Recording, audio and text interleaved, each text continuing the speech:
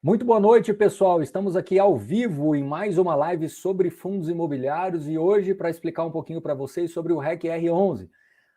O título da live é bem sugestivo, né? O que está acontecendo? Que foi uma dúvida que a gente recebeu bastante aí e a ideia nossa é poder compartilhar com todos vocês. Antes disso, quero lembrar a todos vocês que estamos abertos aí com a turma Viva de Dividendos, a primeira turma, o link está na descrição do vídeo aqui, uma comunidade, né? A primeira turma da comunidade Viva de Dividendos, disponível para vocês. O link está aqui na descrição. Vocês entram aí no grupo de WhatsApp, tem muita gente querendo trocar informações com vocês, vale conferir.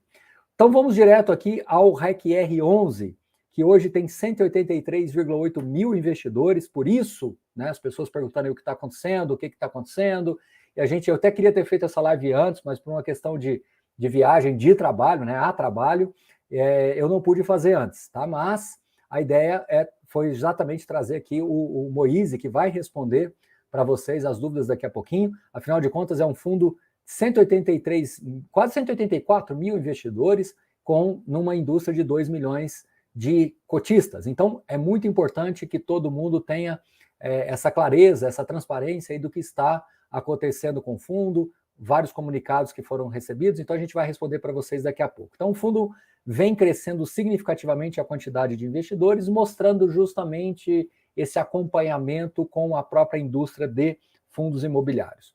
Indo para o próximo slide, eu acho que esse slide ele é muito relevante, que ele mostra o retorno total do fundo, incluindo valorização ou não de cotas, e a gente está num momento de forte desvalorização, né? Talvez até um pouco aí exagerada em função desses eventos recorrentes, em função da própria circunstância do mercado, né?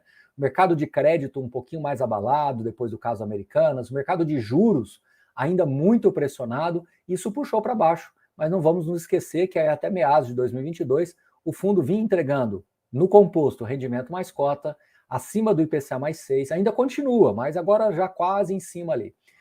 Bem acima do 100% do CDI, bem acima da média dos fundos imobiliários, que é o IFIX, e bem acima do próprio IPCA, tá? Então, muito importante vocês entenderem isso daí. Outro ponto importante que também mostra qual que é o retorno do fundo com e sem o reinvestimento da renda, mostrando mais uma vez que fundos imobiliários é sim importante você manter os rendimentos sendo reinvestidos para que você possa acumular o máximo de patrimônio possível, principalmente nessa fase que você está fazendo os aportes. Claro que lá na frente você vai ter que, inclusive, é uma polêmica que gira em torno disso, né? Lá na frente você tem que fazer um planejamento de retiradas. Isso vale para fundo imobiliário, para ações, para títulos públicos, para poupança, para CDI. Se você for multimilionário e gastar pouquinho, até na poupança você vai continuar gerando riqueza. Em contrapartida, em fundos imobiliários, você tem que também entender que cada fundo tem a sua dinâmica, e se você conseguir se aposentar mantendo aí uma capacidade ainda de reinvestir, você vai protegendo o seu patrimônio com o tempo. Mas isso é um assunto para uma outra live, inclusive um assunto polêmico, a gente vai falar depois com vocês sobre isso oportunamente. Aqui é um gráfico muito interessante, que mostra que a média histórica do REC-R foi de dividend yield foi de 12,15. O famoso aí 1% ao mês praticamente, né? E hoje o fundo está com um dividend yield de 14,49, 14,5 falando em grandes números, mostrando que ele bateu quase 16 aí antes de começar aquele ciclo de deflação. Se vocês lembrarem muito bem, teve momentos que o fundo distribuiu ali com 1,50, 1,70 por cota, e aí depois o mercado virou pela deflação, as cotas também caíram, mas independente disso, fato é que hoje o dividendo é 14,49, tá certo?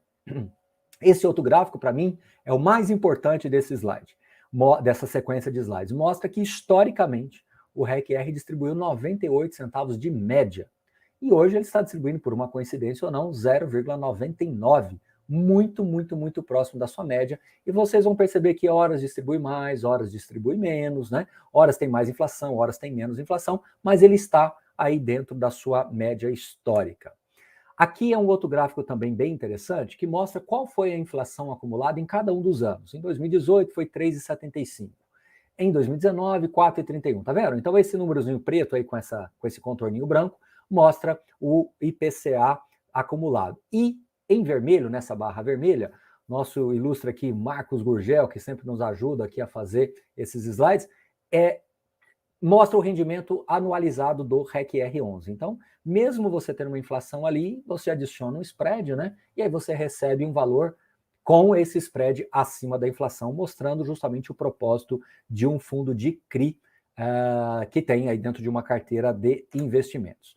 Indo para a sequência, a média histórica do valor patrimonial, 96,26, e hoje ele negociando a 95, desculpe, ele com um VP de 95,33, então abaixo da sua média histórica.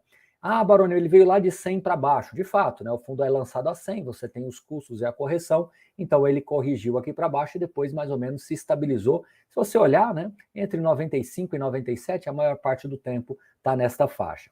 Agora, esse outro gráfico é bem interessante também, que mostra que o fundo historicamente negociou com ágio, isso mesmo, o REC-R historicamente negociou com ágio de 6%, média de 1,06%. E hoje ele está negociando com um desconto aproximado de 12%. Então, se você partir do pressuposto que existe aquela teoria de retorno às médias, o fundo tende a recuperar aí a sua relação de PVP. Baroni, quando isso vai acontecer? Vai acontecer? Eu não posso garantir que vai acontecer, eu não tenho certeza que vai acontecer, eu não sei quando vai acontecer. O que eu acho que pode acontecer é que em algum momento, com os juros caindo, você tendo um cenário macro um pouco mais estabilizado do que a gente está vendo agora, a tendência é que pelo menos volte para mais perto de 1. Isso vale tanto para a REC-R quanto para outros fundos de papéis. Esse gráfico aqui é bem legal, que mostra que o gestor tem sido aí, eu diria assim, conservador não seria a melhor palavra, mas coerente ou talvez alinhado com as suas premissas. Quer manter um fundo basicamente exposto à inflação, então você tem em janeiro do ano passado 74% em IPCA mais 7,74, e um ano depois ele está 76% a IPCA mais 7,87, ainda melhorou um pouquinho aí o rendimento médio, tá? CDI 18, manteve 18, caiu um pouquinho o rendimento do CDI. Então, possivelmente novas operações, possivelmente não, certamente novas operações que entraram foi um pouquinho abaixo da média que se tinha antes. E GPM diminuiu um pouquinho, embora tenha aumentado marginalmente aí o retorno de 9,15 para 9,29. Mas essencialmente é um fundo de inflação, né? Vamos falar uma conta rápida, 80-20, né? 80% inflação, seja IPCA e GPM, e 20% CDI. Bom, agora chegou a hora que eu vou chamar o gestor, né? Por que a gente precisa chamar o gestor? Porque ele quer explicar isso para vocês. Eu o convidei, prontamente ele aceitou, não demorou minutos para ele aceitar. Eu realmente vou falar para vocês, eu queria ter feito essa live antes, ali quando veio o último fato relevante, que foi do Aracaju Park Shopping, né? Mas por questão de realmente de trânsito, eu não conseguia fazer a live, não conseguia preparar esses slides todos aqui para vocês, então não pude, né? Bom, nós vamos fazer as perguntas que precisarem ser feitas, vamos ser direto aonde o cotista pode perder patrimônio, qual é a probabilidade disso, será que pode-se melhorar a transparência fazendo relatórios de riscos ou não, será que se pode melhorar? Uma coisa que a gente sempre vem cobrando de todos os gestores, né? Justamente esse relatório de riscos, será que isso é circunstancial? Todas essas dúvidas a gente vai esclarecer agora. Mas antes de trazer o Moise, mais uma vez, quero lembrar vocês, na comunidade Viva de Dividendos, primeira turma, link disponível aqui. Então, deixa eu trazer aqui o Moise, deixa eu compartilhar aqui, trazendo. Olá, Moise, boa noite. Boa noite, professor Baroni, obrigado pelo convite, é sempre um prazer a oportunidade de falar com você e com seus assinantes e os investidores, dentro daquela nossa transparência usual, né?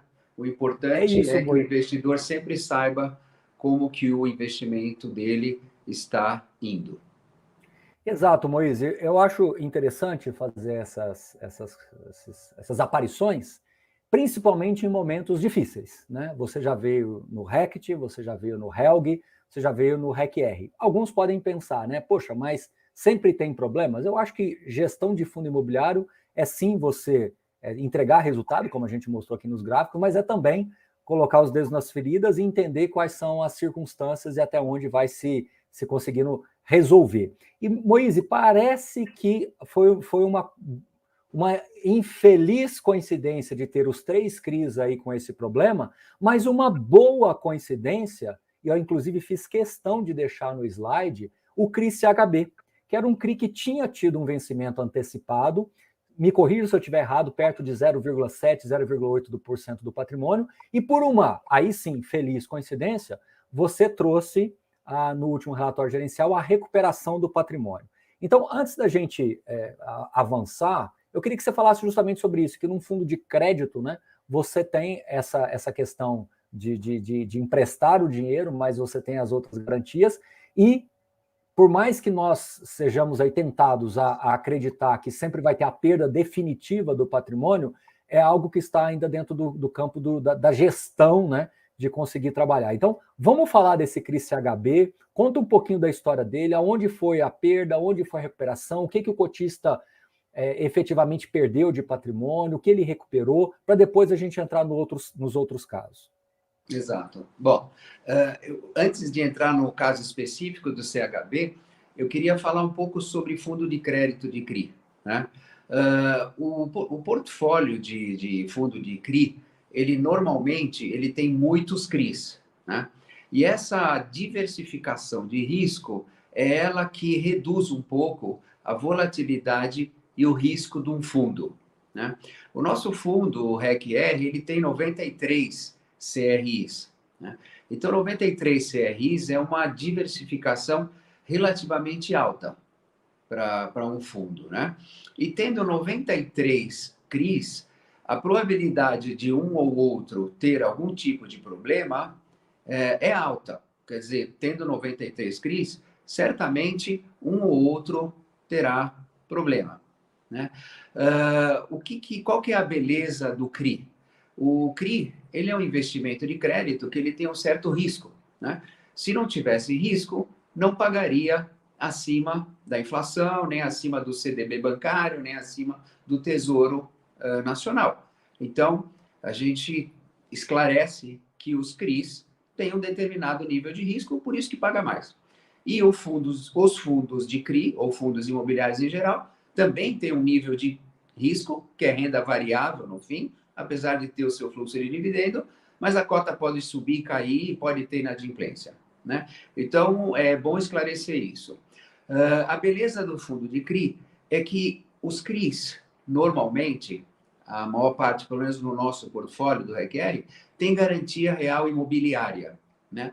O que significa? O fundo, ele empresta um determinado valor, seja na modalidade de aluguel, de debênture, de CCB, e ele normalmente tem uma garantia de um imóvel que, normalmente, o valor dessa garantia é superior à dívida. Né? Então, isso que é importante as pessoas entenderem. Né? Então, toda vez que a gente tem um problema de um determinado CRI, a gente olha a garantia. E quando nós fazemos o CRI, quando a gente desenvolve o CRI estrutura, a gente olha a qualidade do devedor, o mercado no qual ele está inserido, uma série de informações, e a informação tão importante ou mais é qual é a garantia imobiliária e quanto que ela vale. Isso que é importante. Por quê? No final do dia, geralmente o aval não funciona, geralmente uma série de outras garantias não funcionam, mas a garantia real imobiliária, na modalidade de alienação fiduciária, se comprovou desde o ano 2000. Né? Então, já tem jurisprudência e tudo mais. Bom, falando um pouco desse primeiro da CHB, em março de 2021, o Banco Central determinou a liquidação extrajudicial da companhia hipotecária, CHB, de Natal, e nós, através do Fundo Imobiliário CRI, o REC-R, nós tínhamos um CRI que era lastreado por uma debênture, que é uma dívida, a CHB, e essa dívida era garantida por imóveis. A dívida era 9 mil, eu vou falar grandes números, tá? 9 milhões de reais, mais ou menos, e o fundo tinha, na época, 19 milhões de reais em valor de imóveis. Tá? Não significa que os 19 milhões de reais em imóveis, que é o dobro do valor da dívida, seriam vendidos em leilões nesses valores. Sempre no leilão tem um deságio, né? Tem o custo do leiloeiro, uma série de coisas. Bom, aí o que a gestão fez? Porque a gestão ela tem que estruturar bem a dívida, estruturar bem o CRI e depois saber cobrar, né? Apesar de que o protocolo de cobrança, ele é meio padrão, não tem muita ciência. Você entra, pede a liquidação antecipada da dívida e começa a execução extrajudicial das garantias, né? O processo de liquidação é um pouco mais complexo, porque você tem interventor, tem outros devedores, mas a dívida garantida por alienação fiduciária, ela é extraconcursal, quer dizer, ela não entra nos credores quirografários. E como garantia, você adquire a garantia. E o processo é lento, não é uma coisa rápida que acontece de um dia para o outro, a recuperação desses imóveis. Então, a gente começou o processo de recuperação, de execução, e no meio do caminho, pelo fato dos imóveis serem o dobro da dívida, nós entramos numa tratativa com a CHB e o fundo acabou recebendo a totalidade da sua dívida, né? E devolvemos os imóveis. Então, não tem mais imóvel, mas recebemos. E no último relatório, a gente colocou, acho que foi no último, no penúltimo, não lembro exatamente, colocamos o que recebemos, tá?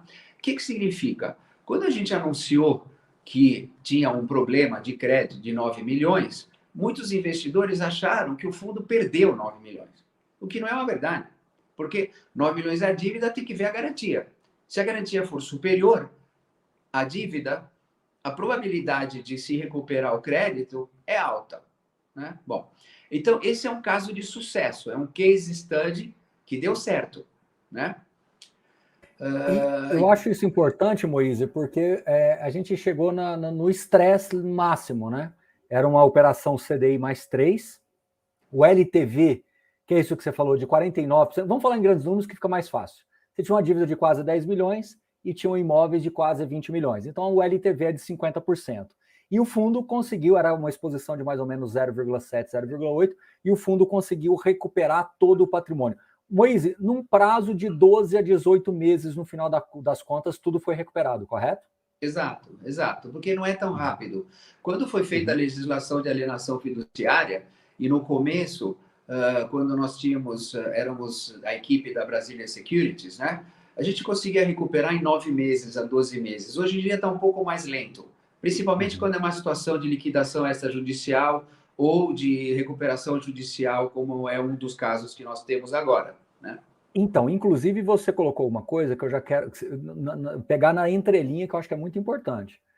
Uma operação de CRI, em caso de recuperação judicial, essa dívida não alcança o CRI. O CRI ele está apartado deste bolo. E eu estou falando aqui de uma maneira muito simples, para as pessoas entenderem que mesmo... Olha, alguém perguntou aqui, tem CRI americanas? Não, não tem nem no REC-R, nem que eu me lembre de outro. Mas, por hipótese, se tivesse, a recuperação judicial não alcançaria um CRI, que é uma dívida estruturada à parte do modelo de dívida corporativa tradicional. Confere o que eu disse, Moise? Confere, professor. Com certeza é uma dívida extraconcursal, fora de recuperação judicial, fora de falência, né? Só que nós estamos no Brasil, sejamos realistas. Nós, os gestores, os fundos da REC, eles têm uma qualidade que eu tenho muito orgulho, que é transparência, né? E as informações são muito precisas, né? Tanto é que muitas vezes a gente não dá muita informação porque ainda não tem certeza, né? Recuperação judicial, tecnicamente, ele está fora da dívida de credores e ele pode ser executado. Só que existe uma jurisdição de um juiz. Esse juiz, ele é o juiz que decreta a recuperação judicial, né?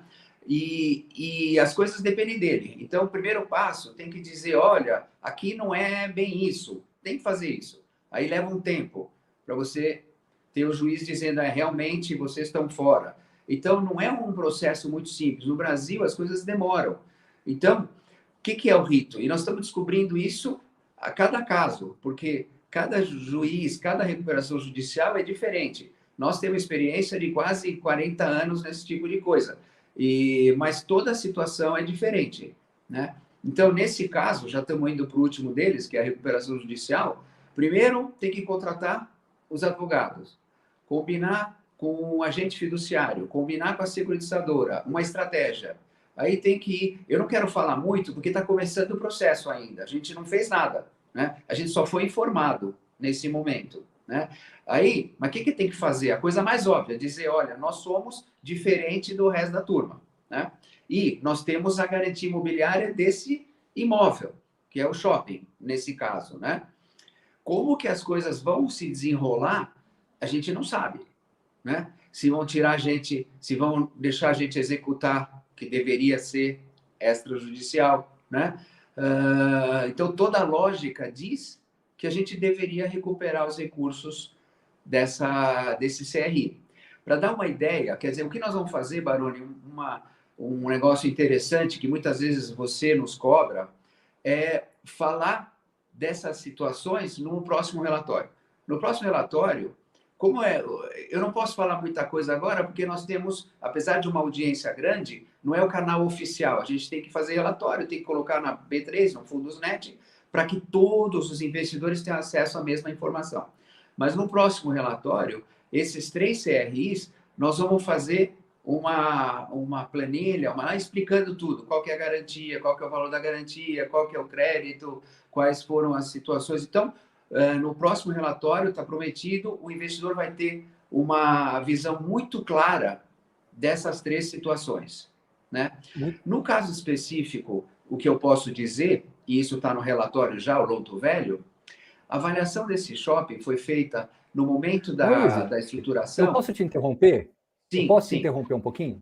Vamos pode. começar pela ordem cronológica, só para a gente Vamos. ir seguindo aqui. Vamos começar pelo Morumbi Plaza, que inclusive é o que tem maior exposição de PL, né? 2,6 do PL, Sim, que é um ativo corporativo em São Paulo, né? sim.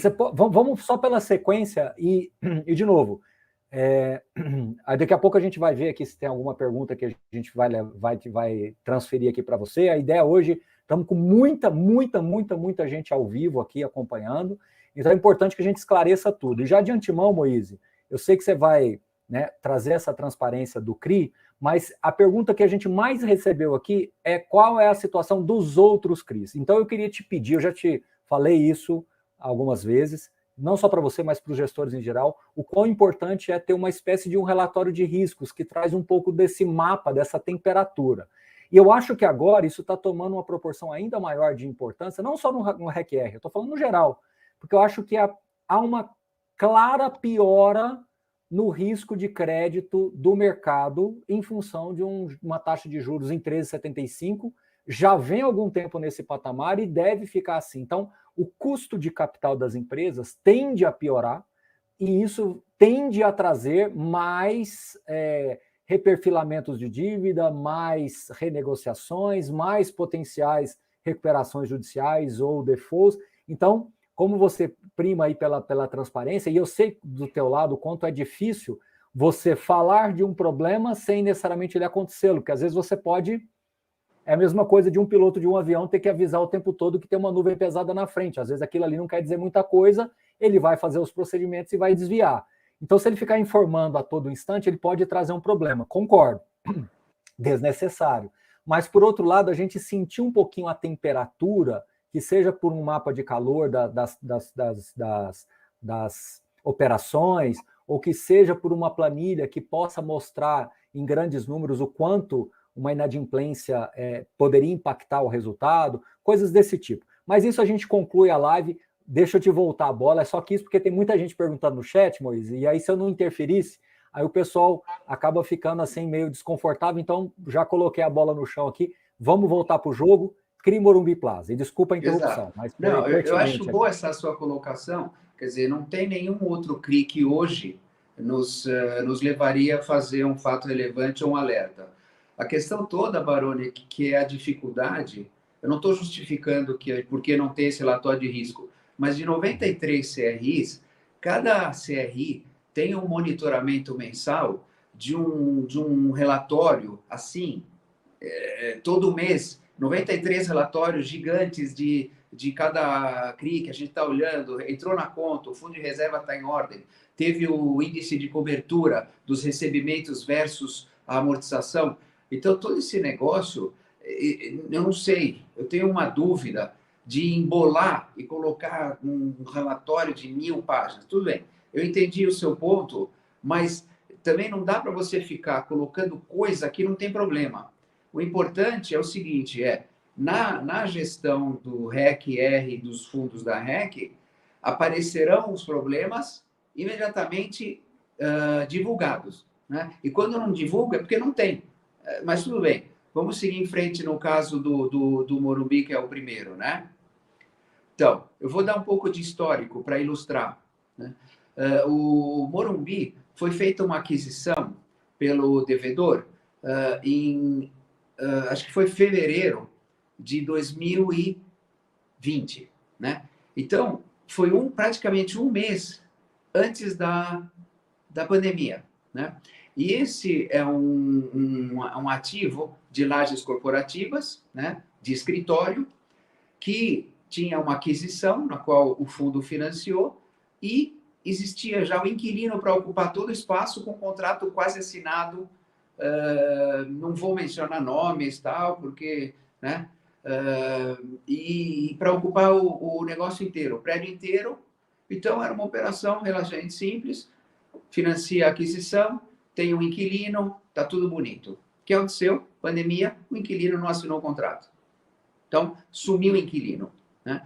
E nós tivemos 2 anos onde os fundos de lajes corporativas todos sofreram. Não vou mencionar os nossos colegas, que são muito bacana e tudo mais, mas eu posso mencionar o nosso, o RECT 11, coitado, 33% de vacância. Os caras entregaram a chave e foram para casa fazer home office. Né? Um desafio enorme para reduzir de 33% para 11% de vacância. Nesse caso, o comprador, o proprietário do imóvel, não conseguiu trazer inquilino. Não conseguiu. Né?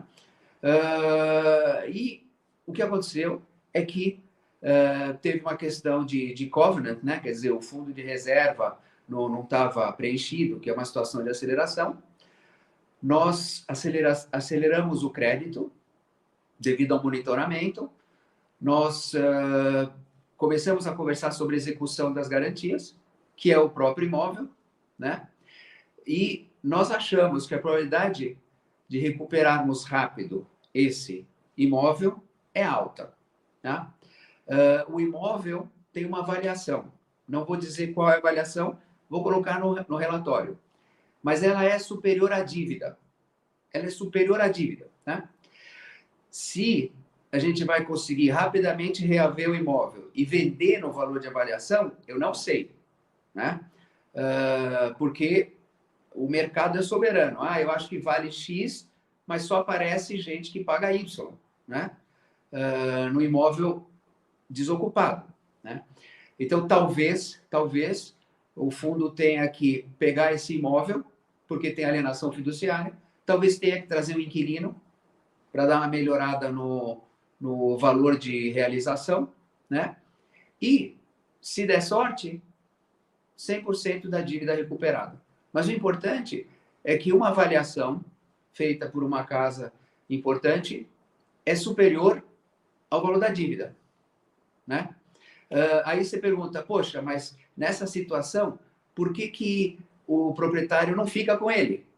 Porque o cara não tem mais dinheiro, não paga IPTU, não paga condomínio. Então, a gente tem que pegar, vamos regularizar o IPTU, vamos regularizar o condomínio e colocar para venda. E nesse ínterim, tentar trazer inquilinos. Aí você fala, é confortável? Não, nunca é confortável uma situação dessa. Dá trabalho, a gente tem gastrite e tudo mais. Mas é uma situação onde, graças a Deus, a garantia vale mais do que a dívida. Muito bem. Moise, um ponto que foi levantado aqui, que inclusive a gente já vai passar para o CRI Ávida, tá? É isso daqui, né? O CRI Ávida, que é 0,2% do PL, né? Se a gente não está errado aqui, é bem menos.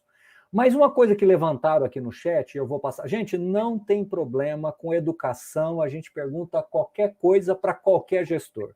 O Moise é maduro o suficiente de entender, então assim, vocês podem colocar aqui, às vezes a pergunta vem um pouco mais quente, Moise, a gente está com muita gente aqui acompanhando ao vivo, mas eu tenho aqui o o capricho de pegar a pergunta e empacotar de um jeito, mas levar a você.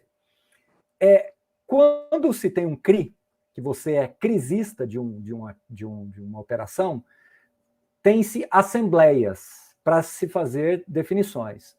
Algumas pessoas estão levantando aqui no chat que alguns desses CRIs estavam tendo assembleias para reperfilar dívida, para dar mais carência, para dar menos carência. O quão normal é isso? Porque senão as pessoas podem levar a crer que qualquer assembleia que tiver já é problema. E isso não é necessariamente. Então, o quão normal é isso? O quão você acredita que poderia... Eu conheço você, Moisés, eu sei que você pode talvez falar assim, poxa, Barone, eu acho que agora, a partir das próximas, de repente, tendo assembleias, a gente vai começar a colocar essas informações para as pessoas. Que seja o deferimento da assembleia. Mas será que isso é válido? Será que eu não vou sobrecarregar, porque a ter assembleia é algo normal de cada CRI? Enfim, o que é normal, o que não é? O que você pode nos dizer sobre isso? E já entrando no CRIávida, inclusive. Então, assembleias de crisistas, né, é alguma coisa muito natural, né? Não é o fim do mundo. É como o monitoramento de dívida bancária, o gerente do banco. Então, qual que é o objetivo final de um investimento em CRI? O objetivo final é você ter uma boa qualidade de risco, receber os dividendos, receber as amortizações, né? E, no final, o detentor do CRI, que é o fundo, não quer pegar os imóveis, certo? Porque, senão, investiríamos em imóveis. Não é o caso. A gente investe em dívida, que é a receita de juros, que é a proteção da garantia em caso de extremo, né, de inadimplência, mas sempre tem aquelas situações onde o devedor passa por um período que o fluxo de caixa não está adequado. Pandemia foi o exemplo típico. Quer dizer, teve muitos casos, né, onde o cara não deu, mas depois da pandemia vai melhorar, né? E muitos casos deram certo. Por exemplo, nós temos 4 shoppings a gente fez investimento, shopping, né, que ficou fechado, né? Um deles pagou já a dívida, os outros está super normal, tranquilo, né? Quer dizer, e a gente deu tempo, reperfilou, falou tudo bem, vamos esperar terminar, vamos esperar abrir, vamos esperar as lojas voltarem, né? Porque também não faz sentido você entrar com o processo de execução de um imóvel que vale 2, 3, 4 vezes a sua obrigação, né? Aí você vende por menos, o devedor, ele acaba recebendo menos do que ele merece, né? Porque tem uma coisa importante, que é a seguinte: por que nós, como gestora, temos a capacidade de originar créditos, né? Porque os devedores também nos enxergam como pessoas normais, né? Tipo, se eu tiver um problema, eu devedor, mas eu sei que eu consigo pagar reperfilando, é uma situação favorável. Se eu sei que eu devedor, tenho um credor que imediatamente vai me executar, eu não vou fazer negócio com ele. Não é que nós somos bonzinhos, não é isso. Mas só a gente entende a situação. Por exemplo, é como o crédito agrícola. Agora tem CRA, agora tem fundo Fiagro e tal. Aí o cara tem a soja, deu uma geada, acabou a soja. Você vai pegar a fazenda dele? Não. Você vai falar, tá bom, peraí, vai plantar de novo? O ano que vem você vai pagar, vai cobrir? Tem essa negociação. Estou usando um exemplo meio fora de coisa. Então, a AGT, que tem reperfilamento de dívida, acontece sim, né? O IGPM bateu 30%. Mas você fala, peraí, os devedores do devedor não querem pagar os 30%. Ele reperfilou, você reperfila, para você adequar, né? Essa é a parceria devedor-credor. Bom, então, para dizer o seguinte, o importante é você ter ou a totalidade do CRI, para você poder votar na maneira que você quer gerenciar um crédito, ou ter a maioria, ou ter co-investidores nesse CRI que sejam instituições, fundos que tenham uma boa qualidade de gestão. Né? Porque a pior coisa é você estar lá com 20%, você tem 80% de um outro que segura o CRI e o cara fica aprovando loucuras. Então, a maior parte dos nossos CRIs, ou a gente tem a totalidade, ou a maioria, ou tem bons parceiros. Fala.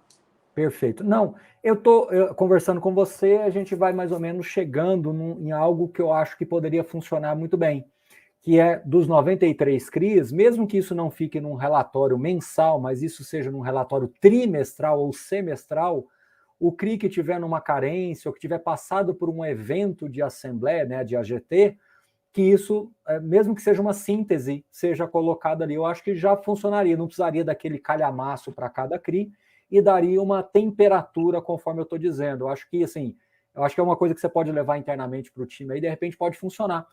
Continua mantendo transparência, não é uma coisa escatológica, porque seria semestral ou trimestral, e, né, poderia ir trazendo Mas isso daí. tem uma coisa, Baroni. Você Pode me sabe que eu corrigir e se eu estiver você... errado, hein? Você pode me corrigir aqui. Eu vou te corrigir. Você sabe que nós temos uma relação excelente há muitos anos e sempre com a discussão das ideias intelectuais, né? Uhum. Qual que é o nosso receio, às vezes, em fazer determinadas coisas, né? Você vai ler e vai entender, certo? Alguns outros analistas vão ler e vão entender, né? Tem alguns influenciadores que não vão entender nada e vão falar um monte de besteiras no vídeo. Existe isso, por mais incrível que você possa imaginar. E existem ainda investidores que têm um grau de conhecimento menor, por isso que eles investem para ter um gestor para gerenciar o dinheiro deles, que vão sair muito assustados.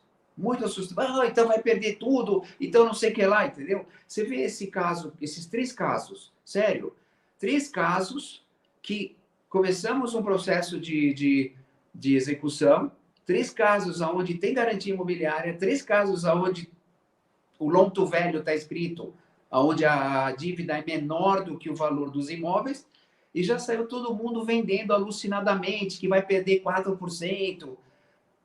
Então, a gente precisa dosar um pouco, por quê? Porque a gente tem que dar informação para que a formação de preço das ações seja correta, né? E tem determinadas informações que elas não servem para nada e só vai gerar, como se diz, barulho e gente vendendo, sabe? Eu tudo bem, eu sou investidor do REC-R, eu tô lá firme, eu, né? É um fundo, longo prazo, tudo, mas tem muito investidor que fica assustado e vende, perde à toa, né? 4% do portfólio está em processo de execução, certo? Vai perder 4% do PV? Não, não, é impossível acontecer isso. Ô, Moise, por falar nisso, levantaram uma questão importante aqui. Se você vende um imóvel, né, como o Morumbi Plaza, e você recupera mais do que a dívida, esse dinheiro fica para o fundo ou ele é revertido para o proprietário original? Funciona da seguinte maneira. Existe, vamos dizer, a execução, você pega o imóvel e você faz o primeiro leilão pelo valor de avaliação. Né? Uhum. Se acontecer a venda no primeiro leilão e for acima do valor da dívida, devolve para o proprietário. Você devolve. Tá? Se não acontecer o leilão, você tem o segundo leilão, que é pelo valor do empréstimo. Porque o primeiro é valor de mercado, o segundo é valor do empréstimo. Bom, se o valor do empréstimo for vendido no valor do empréstimo, não vai nada para o proprietário. Se for acima, também devolve para ele, né? E aí acabou. Depois do segundo leilão pela dívida, o fundo retoma, né? Fica proprietário definitivo e depois, se vender a mais ou a menos, é prejuízo ou lucro do fundo. Muito bem. Bom, a garantia, deixa eu até voltar aqui na tela, a garantia do Morumbi Plaza é um edifício corporativo em São Paulo, correto? Que é o próprio Sim. Morumbi Plaza. E a garantia do Criávida? Tá. A garantia do Criávida, que também vai aparecer no relatório com detalhes, mas tem várias garantias. Alienação fiduciária, cessão de recebíveis, e todas essas garantias, elas são, sim, superiores à dívida. Né? No próximo relatório, a gente vai dizer alienação fiduciária do imóvel tal, que é... Eu não vou... Entendeu? A gente vai dizer tudo isso. Não se preocupe. Não se preocupe, porque eu entendi que você está querendo esperar o relatório. Vamos respeitar isso. Acho que o mais importante é você entender que tem garantia, que é valor. Fica tranquilo, Moisés, eu entendo perfeitamente que... Exato, e tem uma coisa importante que é o seguinte, muitas vezes faz parte da nossa estratégia pegar um imóvel, ou pegar um recebível, ou pegar o outro, porque a gente pode escolher, pega tudo, não pega, entendeu? A gente tem uma estratégia. Muitas vezes a gente não quer divulgar isso, porque que a gente às vezes tem devedores que são, vamos dizer, bélicos. O cara fala, não, não quero, vou brigar, não sei. A gente não quer dar essas informações para eles. Nós estamos defendendo 180 mil investidores. Então, a gente dá a divulgação do que for possível, sem detalhes que prejudicam a nossa estratégia de recuperação. Então, esse é o Ávida. E é pequeno o valor. A nossa, acho que é 3 milhões e 900. O CRI total é 9 e pouco. E a garantia excede. Muito maior, muito maior. Bom, agora o Aracaju Shopping é um fato curioso, né? Porque, assim, eu queria até que você explicasse isso para a gente, se puder, claro, mas, porque, assim, um CRI de shopping, né? Ele tem também a alienação e a cessão dos contratos de aluguéis desse próprio shopping, né? De todos bom, os 4 não, os 3, né? Porque um já foi resolvido. Esse do Aracaju Shopping, pessoalmente, é o que me deixaria mais tranquilo. O Ávida, talvez, como você está pontuando, por um excesso de garantia, por ser um PL, uma exposição muito pequena, e o Aracaju Shopping por ter essa cessão. O que acontece, Moisés? O que aconteceu efetivamente, uma vez que esse risco pulverizado, está descrito no próprio relatório, né, dos próprios contratos de locação da loja, mesmo a empresa tendo entrando com a recuperação judicial, né, a fiadora também, enfim, o que levou a esses aluguéis das lojas? E aí que vamos falar da Boticário, da Cacau Show, não sei o que, as empresas que estão lá pagam os aluguéis, por que isso não está vindo pro fundo, mesmo com a falência da administradora lá e da fiadora, enfim? Tá. Então, só para ilustrar, eu vou fazer aqui uma coisa meio fora de padrão.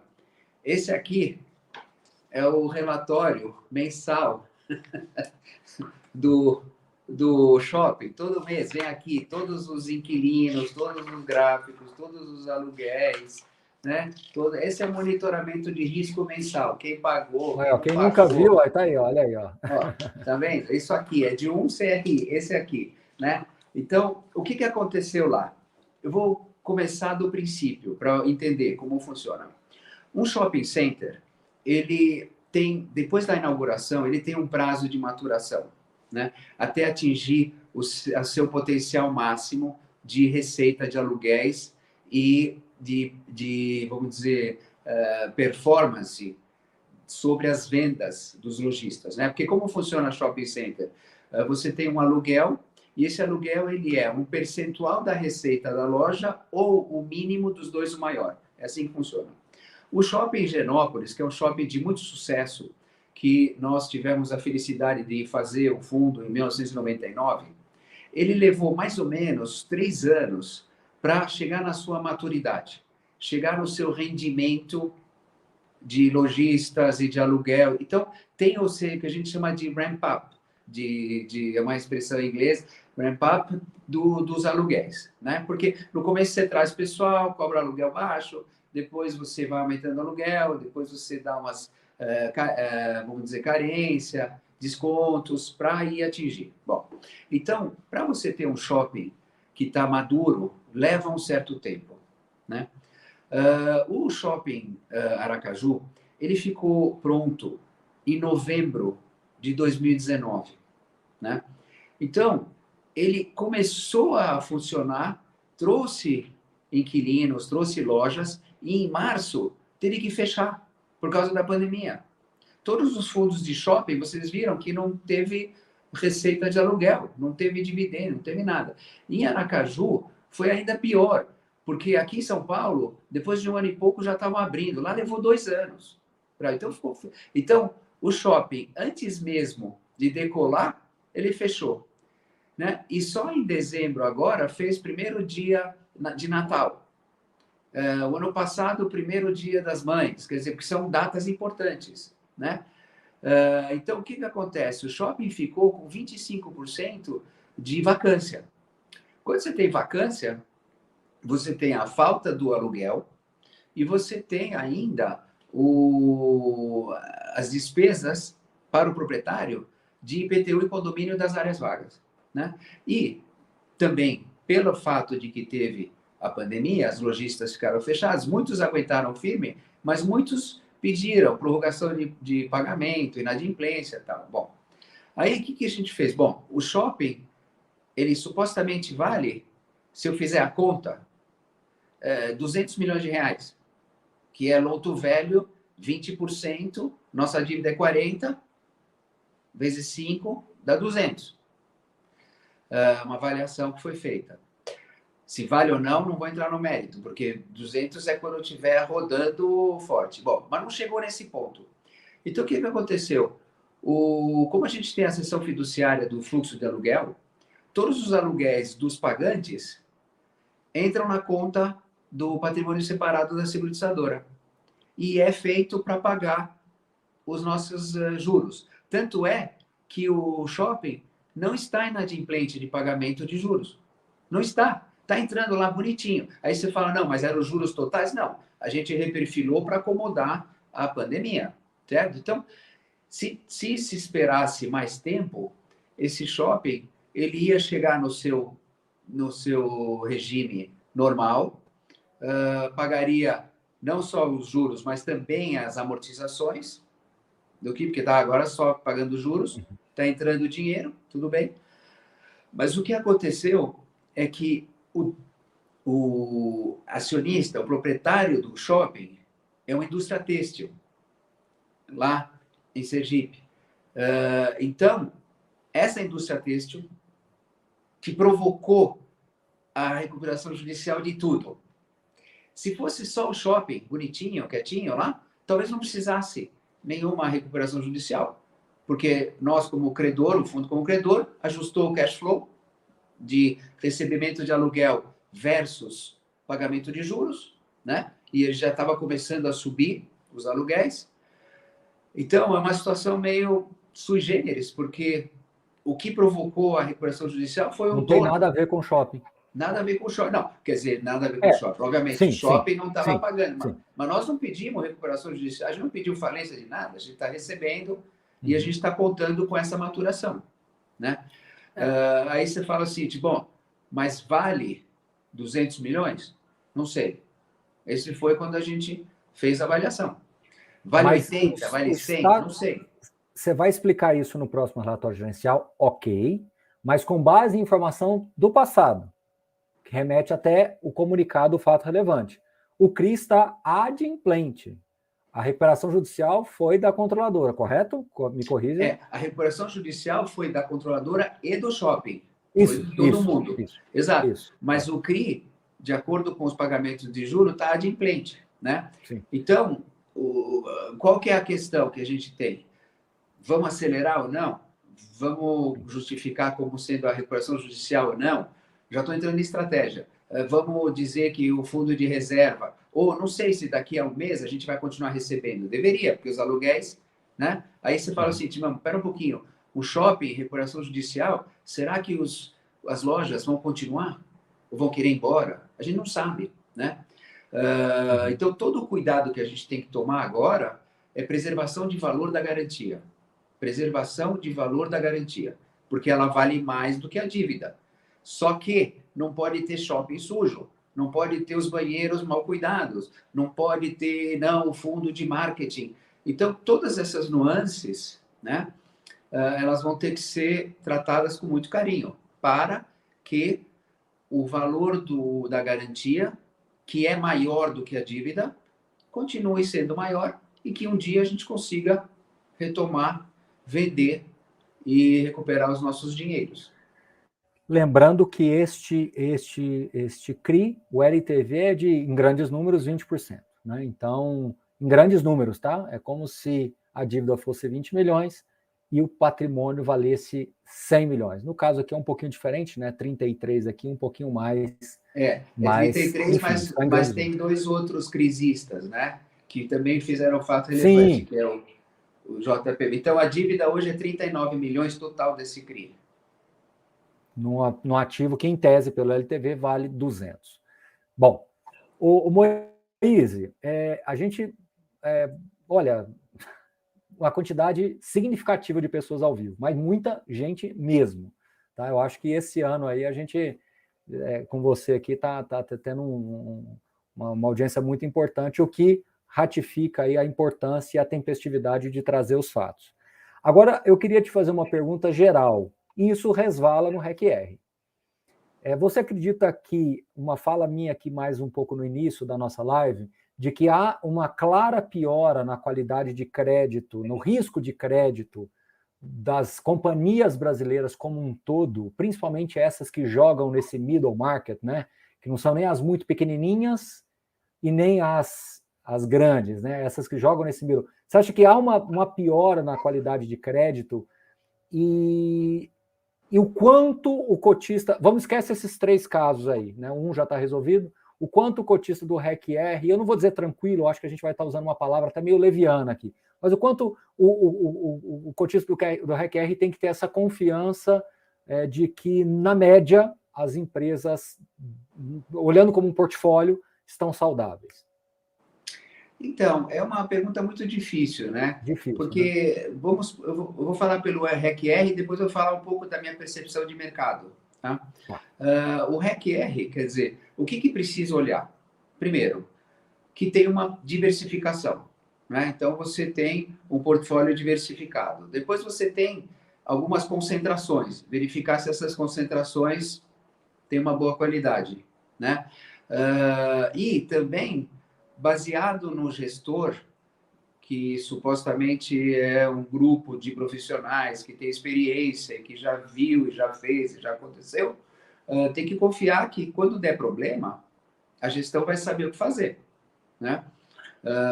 Nós temos uma gestão experiente, quer dizer, os meus sócios e o pessoal que está na REC é um pessoal que tem pelo menos 25 anos de experiência em fundo imobiliário.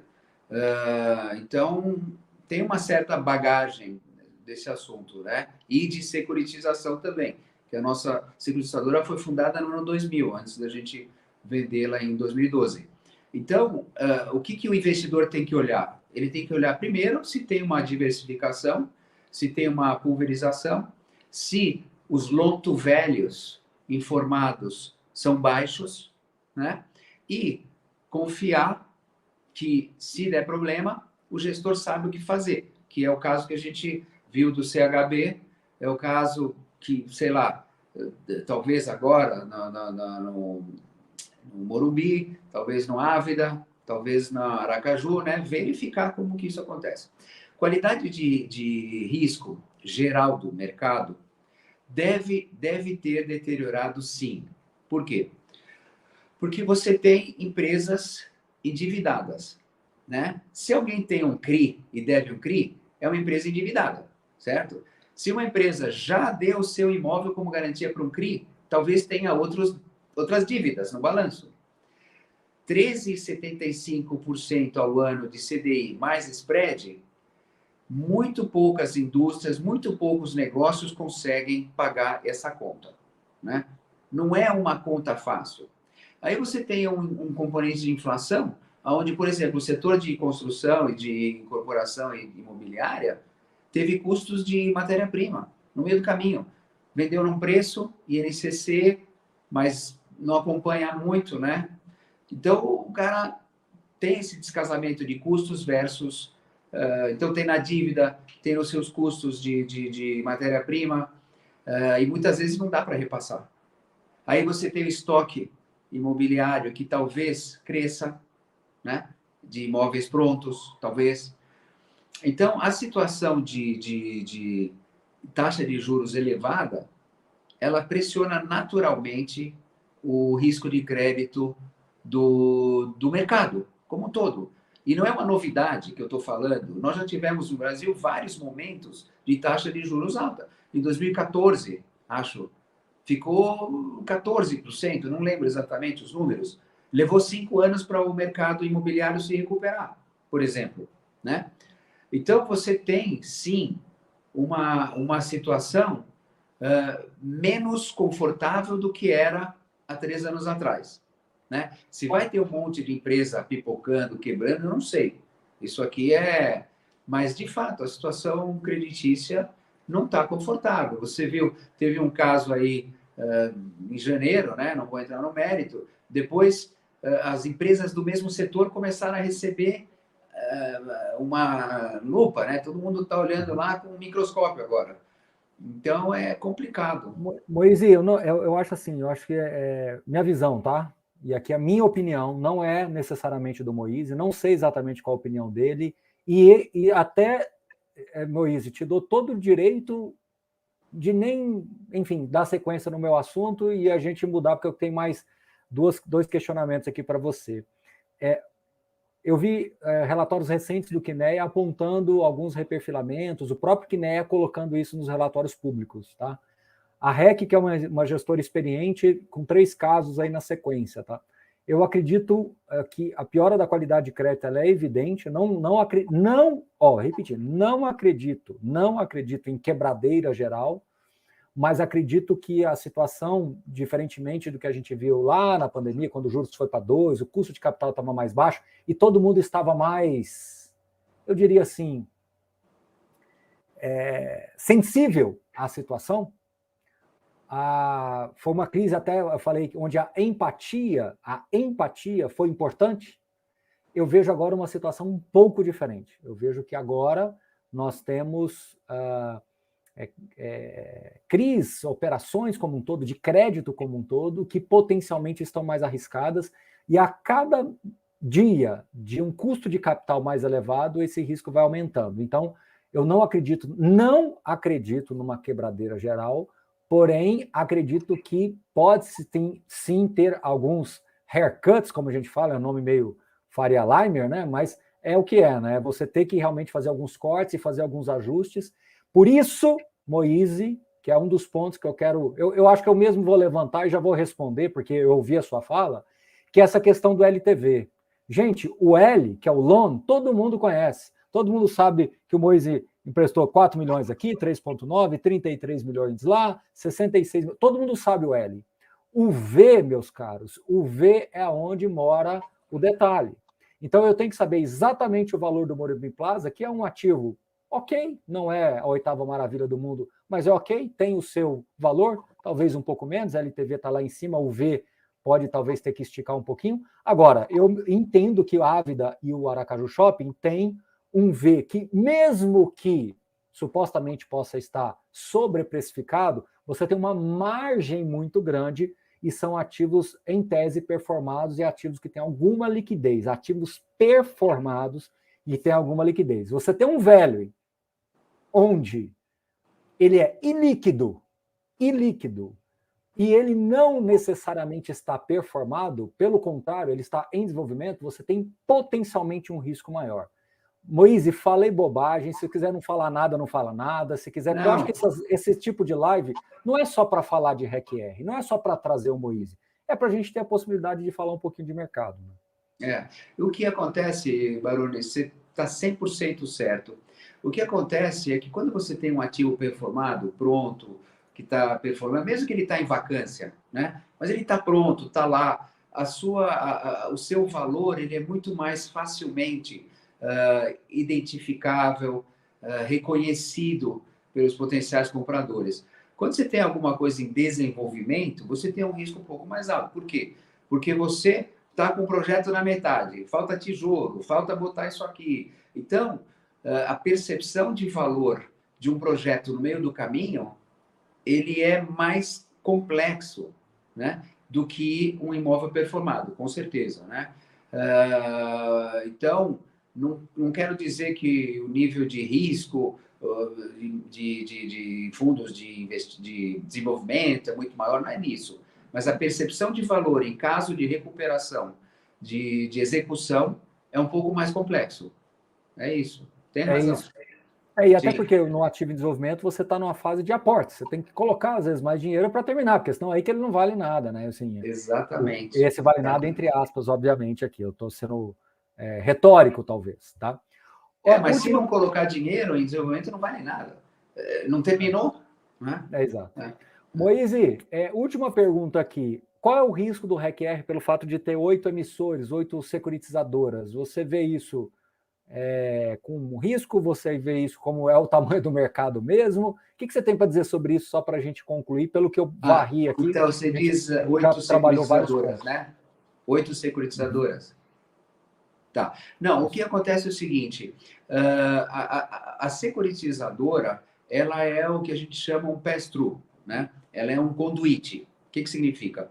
Significa que, em princípio, não existe o risco de crédito da securitizadora. Então, você tem um ativo, você tem uma dívida, e a securitizadora, ela pega essa dívida, emite um CRI, cujo lastro é 100% dessa obrigação, e a securitizadora, ela simplesmente, não vou falar simplesmente, mas ela não dá garantia de nada, ela pega o dinheiro aqui, passa para lá, executa aqui, vai para lá, então ela está no meio como um conduíte.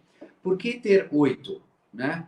Porque você desenvolve relacionamentos com várias, e cada uma tem alguma nuance, então uma é melhor para loteamento, uma é mais tranquila para imóvel pronto em estoque, né? Então, aí você também tem a questão de precificação. Muitas vezes, uma delas tem um custo mais, vamos dizer, condizente com a operação que está sendo montada. Então, o fato de ter 8, ele não é necessariamente uma diversificação de risco, porque o risco ele é simplesmente um conduíte. E o fato de não ter a 9ª ou a 10ª, né? É mais por falta de relacionamento ou porque a gente acha, talvez, que elas não estão com o perfil do nosso de qualidade, né? Não estou falando mal de ninguém, talvez, né? Mas é isso, acho que é tranquilo. Última pergunta, Moise. Olha para a minha parte da mão aqui, seria aqui high grade, aqui seria middle risk, ou né, alguma coisa assim, e aqui em cima seria o high yield ou high risk. Aonde você colocaria aqui o REC-R? Ele é de um high grade indo para o middle risk? Ele é middle risk mesmo, middle risk indo para o high yield, mesmo com esses 3 eventos de crédito aí recentes? Exato. Não, eu acho que o risco do portfólio do REC-R é um risco baixo. Se chama high yield, high grade, não sei. Ele é baixo. Por quê? Porque ele tem uma pulverização. O fato, vamos supor, por hipótese, hipótese absurda, não é o caso, mas vamos supor que é tudo um monte de CRI horroroso, com loan velho de 120%, estou exagerando, tá? Então, é tudo crédito super high risk, hipótese. Mas se você pega e tem um fundo que tem 2.000 créditos disso aí, você tem uma certa pulverização. Ele acaba virando sem né, um high grade, talvez, não sei, pela pulverização. Então, você tem 2 componentes importantes, que é, primeiro, a qualidade individual de cada CRI e o grau de diversificação e pulverização, né? Eu considero, obviamente, a gente procura ter um retorno adequado com o risco. A gente acha, a gestora, o fundo, o administrador, que nós estamos investindo os recursos do fundo em ativos de qualidade. Lonto velho, a gente estuda, vê quem é o devedor, vê a praça, vê o risco do business e coisas desse tipo. Então, esse trabalho a gente faz, né? A gente não faz assim, opa, vamos fazer 11% ao ano e pegar esse risco louco. A gente não faz isso, a gente faz risco condizente, né? E a diversificação, ela traz um certo conforto. E mais, deu problema num caso, CHB cobrou. Deu problema no Morumbi, está cobrando. O ativo vale mais? Talvez sim, ótimo. Ávida, é pequeno, mas tem garantia, vamos lá. RJ, vamos ver. RJ é uma novidade no fundo, né? Vamos ver como que se comporta o processo, a garantia, o juiz, o que ele acha, o que ele não acha. Né? Tem muita gente que tem a tese, não, mas o juiz pode dizer que é um bem, né, importantíssimo para a empresa, mas o bem é só o bem, quer dizer, ele é a empresa, então o que faz? Né?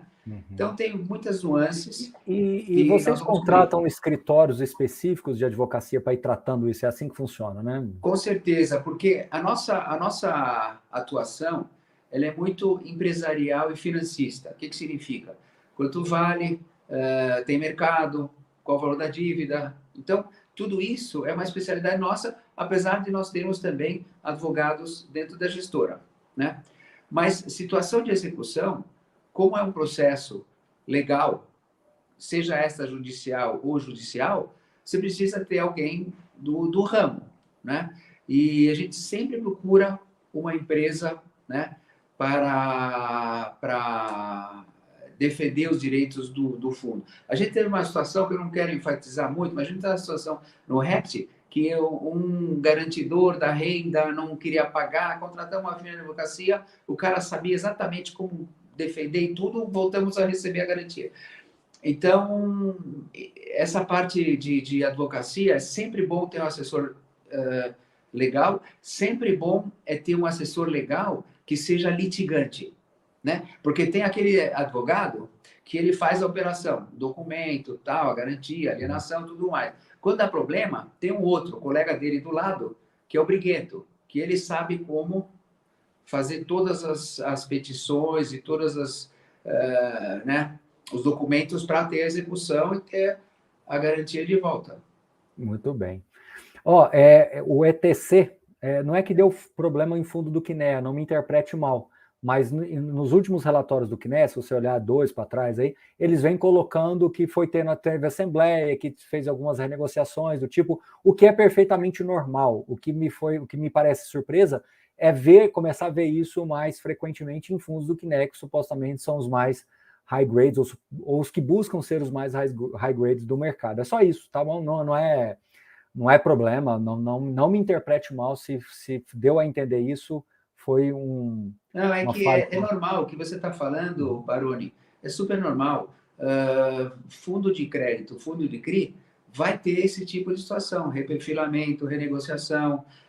Não quero mais IGPM, porque eu não consigo, eu quero IPCA, tá bom, mas aí a longo prazo, diminui a taxa.